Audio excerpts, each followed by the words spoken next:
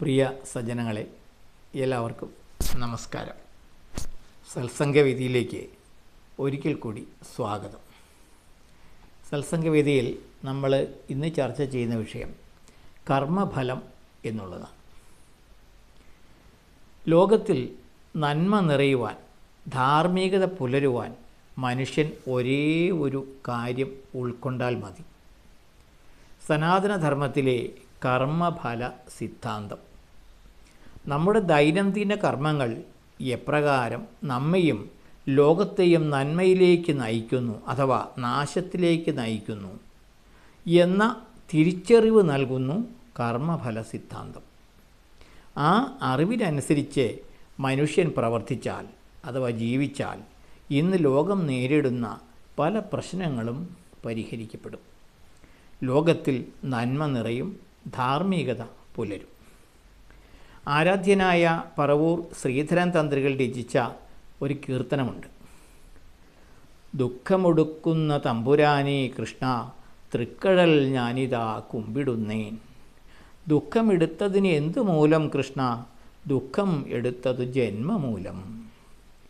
ജന്മമെടുത്തതിന് എന്ത് മൂലം കൃഷ്ണ, ജന്മമെടുത്തത് കർമ്മമൂലം.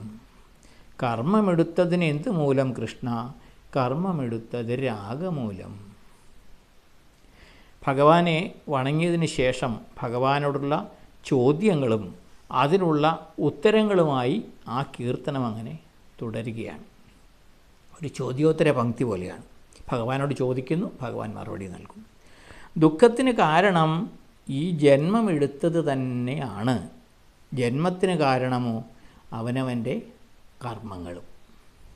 അതായത് നമ്മൾ ചെയ്യുന്ന കർമ്മങ്ങൾ തന്നെയാണ് നമ്മുടെ ഈ ജന്മത്തിനും ഈ ജന്മത്തിലെ കർമ്മങ്ങൾക്കും ദുഃഖത്തിനും സുഖത്തിനും എല്ലാം കാരണം.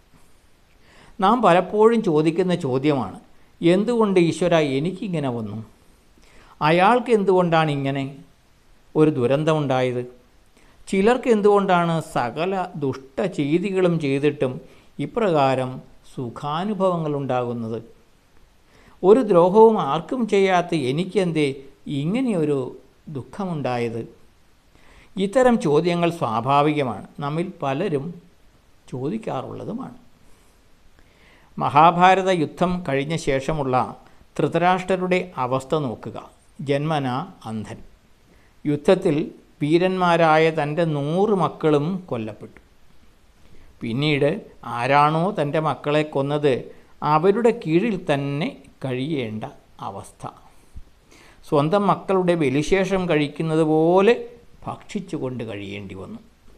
ആ അവസ്ഥയിൽ ഭഗവാൻ കൃഷ്ണൻ കൊട്ടാരത്തിലേക്ക് കടന്നു ചെല്ലുന്നു. പാദചലനം കേട്ടപ്പോൾ ധൃതരാഷ്ട്രർക്ക് ആളെ മനസ്സിലായി. കാഴ്ചയില്ലാത്തവർക്ക് കാത് അതിശക്തമായിരിക്കുമല്ലോ. കൃഷ്ണ എന്ന് വിളിച്ചു. ഞാൻ എന്ത് ചെയ്തിട്ടാണ് എനിക്ക് ഈ ദുരവസ്ഥ വന്നു പെട്ടത്?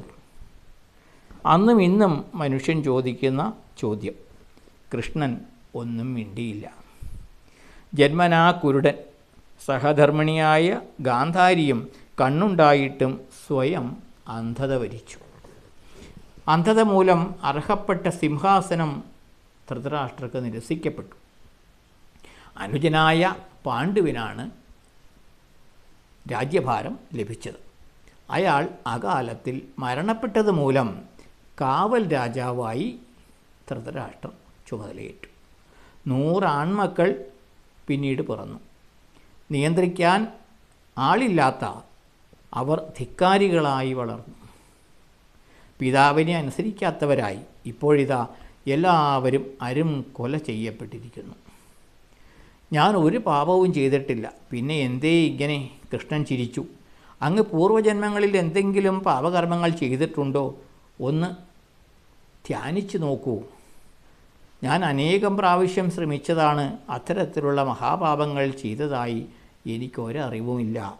കൃഷ്ണൻ പറഞ്ഞു, ഞാൻ യോഗശക്തി നൽകാം. പല ജന്മങ്ങൾ പിന്നോട്ട് പോയി നോക്കൂ. ധൃതരാഷ്ട്രർ ധ്യാനനിഷ്ഠനായി. ജന്മാന്തരങ്ങൾ പിന്നോട്ട് പോയി. അതാ ഒരു യുവാവ് കുതിരപ്പുറത്ത് നിരവധി ആളുകളുടെ അകമ്പടിയോടുകൂടി പോകുന്നു. ധൃതരാഷ്ട്രർക്ക് മനസ്സിലായി താനാണ് ആ യുവാവ്. അനേക ജന്മങ്ങൾക്ക് അപ്പുറമാണ്.